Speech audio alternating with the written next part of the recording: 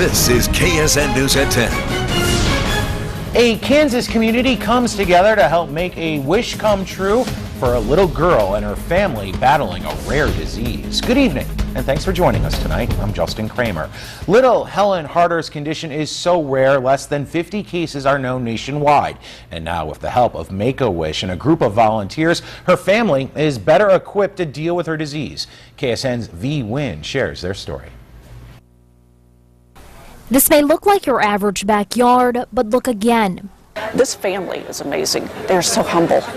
Working with the Make-A-Wish Foundation, a group of volunteers spent several weeks revamping this backyard to make it more accessible for the family of this little girl, 4-year-old Helen Harder. When Helen was about 9 months old, she was diagnosed with a neurodegenerative terminal syndrome.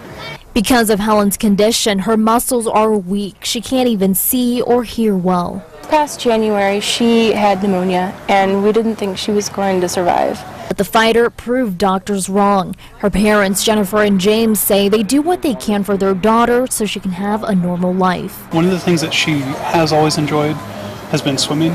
When she was younger, Jennifer would take her to hydrotherapy, and she loved it. But as she's gotten older, we haven't been able to get her out. So the family reached out to the Make-A-Wish Foundation with one wish: to have a hot tub in their backyard. One of the things that this family needed was a concrete slab to put the hot tub on.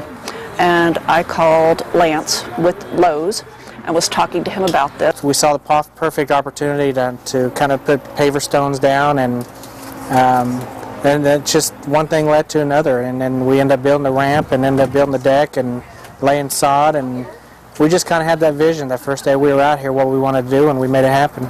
The family says the new addition to their home is the help they've been searching for. Everything has been a struggle, and this is one thing that's just been easy. It's just been easy. It's been a dream. Now the Make-A-Wish Foundation reached out to Lowe's for help on this project. Several local construction companies also lend a helping hand. The Win, KSN News. Turning to weather now, and another beautiful fall weekend across most of Kansas, but a cool down is in the forecast. We go to meteorologist Jamie Travers. She's in the Pinpoint Weather Center tonight. Hey, Jamie.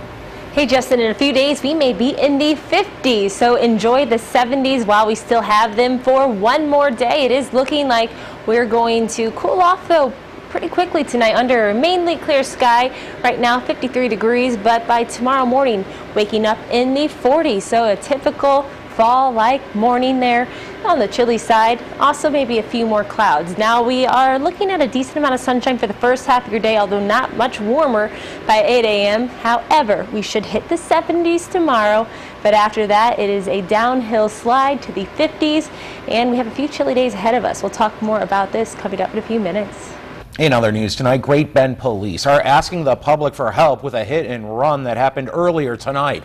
A woman was hit by a vehicle near Highway 281 in Great Bend, and police are telling people to be on the lookout for a white full-size SUV with front-end damage. Police believe the vehicle is either a Tahoe, Yukon, or an Expedition. Police say the woman is in critical condition with life-threatening injuries. Neighbors call 911 after a man calls out for help after he shot several times. It happened in the 200 block of South Holyoke around 1 this morning. Police arrived on the scene to find the 53-year-old victim lying in the backyard of a home. Witnesses say they saw him running and calling out for help before collapsing. He's now in critical condition. Police have made no arrests yet. It was a moment to remember fallen firefighters. The 12th annual Fallen Firefighter Memorial was held at the Kansas Firefighter Museum this afternoon. Dozens of firefighters, as well as 100 others, held a moment of silence for those who have died in the line of duty. It reiterates to the people the hazards of the job, and it just keeps it in their mind that, you know, there's always something there, and then reminds them of the people that have died before them. Today's ceremony ended with the reading of all 114 men and women firefighters who have died in the line of duty in the state of Kansas.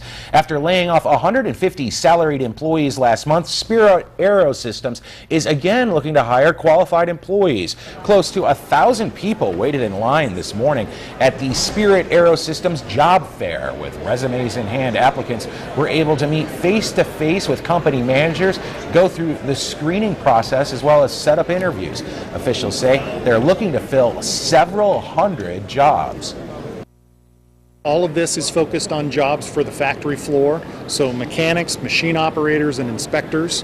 We've got several hundred jobs we need to fill by the end of the year. If you missed out on today's job fair, you still have a chance to apply for any of the open positions. Spirit is urging folks to go to the company's website. You can find it at spiritaero.com and fill out an application. House members left the Capitol today after a special Saturday session without reaching an agreement to reopen the government or increase the debt ceiling. It is the third Saturday in a row lawmakers have been at work in Washington trying to hammer out a budget deal. Republicans retreated from their demands to roll back Obamacare, but they say the president won't bend on spending after the Senate rejected a clean debt limit bill that would allow the country to pay its bills. Democrats and Republicans are again blaming each other for the failure. It's hard for me to comprehend, but every Republican voted against this. Well, when the Senate and the Senate and the President says no to what they offered, then it's kind of tough. The government shutdown is now 12 days in. The debt limit deadline is this Thursday. The House not expected to be back in D.C. for a vote until Monday evening. A gun rights group has chosen the one-year anniversary of the Sandy Hook shooting, where 20 children and 6 adults were gunned down in an elementary school, to proclaim that day, December 14th, as Guns Save Lives Day, and they're planning events in all 50 states. The Second Amendment Foundation, based out of Washington State, is planning to fight restrictions on gun sales, especially after Connecticut passed new gun laws in the wake of the shooting. But people in Sandy Hook are upset about the decision to mark the shooting anniversary this way. They say the day should be a time to remember the 20 kids and 6 teachers who were killed when Adam Lanza opened fire before turning the gun on himself. I think it's very unfair. We need to be left alone on the 14th. We're still a community in the healing process. The founder of the Second Amendment Foundation says he does not think the decision is insensitive, but attacking the rights of law-abiding gun owners is offensive. Well, still to come here on KSN. It was a tough day for K-State at home against Baylor. The Wildcats tried to keep up with the Bears' high-powered offense, but fell just a little bit short. Mary Rachel will have highlights coming up in sports. But first, Jamie's back with a look at your full forecast. That is next. You're watching KSN News at 10.